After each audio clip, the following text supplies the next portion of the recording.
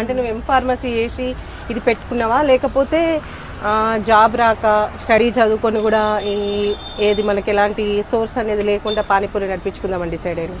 లేదు మేడం, నాది ఫార్మసీ అయిపోయినాక నేను స్కూల్లో వర్క్ చేసిన అన్నట్టు 4 years బయాలజీ టీచర్గా చేసిన. ఓకే. ఆల్ ఫోర్స్ స్కూల్లో చేసిన. ఆల్ ఫోర్స్ గురుకుల క్యాంపస్ ఐడియా ఉందా కొత్తపల్లి? అవును. అందులో చేసిన. Next Saint George CBS international school ఉంటది, సెయింట్ జార్జ్ ఇక్కడ కొత్తపల్లి దగ్గర, ఫాతిమారెడ్డి చైర్మన్ సార్. సో అందులో బయాలజీ టీచర్ చేసిన 4 years.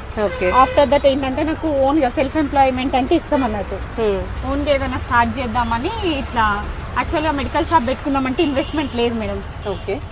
మినిమం ఒక 10 lakhs అయితే కావాలి కదా. రండి సిస్టర్. ఓకే. సో 10 lakhs కావాలి కదా. ఇన్వెస్ట్మెంట్ ప్రాబ్లం ఉండడం వల్ల నేను ఏంటంటే ఫుడ్ ఐటమ్స్ కూడా బాగా చేస్తాను అన్నట్టు. సో నేను ఏం చేసిన అంటే ఇప్పుడు బయట పానీపూరి అంత హెల్దీ కాదు అంటారు కదా. అవునవును. సో హెల్దీ వేలో ఇప్పుడు నేను ఇంట్లో చేస్తా ఉంటా డిఫరెంట్ ఫ్లేవర్స్. ఇప్పుడు ఈ ఫ్లేవర్స్ అని నువ్వు ఇంట్లోనే ప్రిపేర్ చేసుకొని వేస్తావా? పానీపూరి కానీ మసాలా హోల్ ఐటమ్స్ అన్ని ఓన్లీ మిక్చర్స్ ఒకటి బయట తీసుకుంటా. మిగతా అన్ని నేనే హోమ్ మేడ్ చాట్ అన్ని ప్రతి అన్ని. ఇప్పుడు ఈ ఫీల్డ్ లో ఉండబట్టి నువ్వు ఎన్ని రోజులు అవుతుందమ్మా? నియర్లీ 1 year అవుతుంది మేడం. 1 year నుంచి? 1 year నుంచి. పూరి చాట్ సెంటర్ నడుపుడు అనేది దాదాపు మన కరీంనగర్ లో అయితే లేదు, ఇది ఫస్ట్ టైం అనుకుంటా. మీరే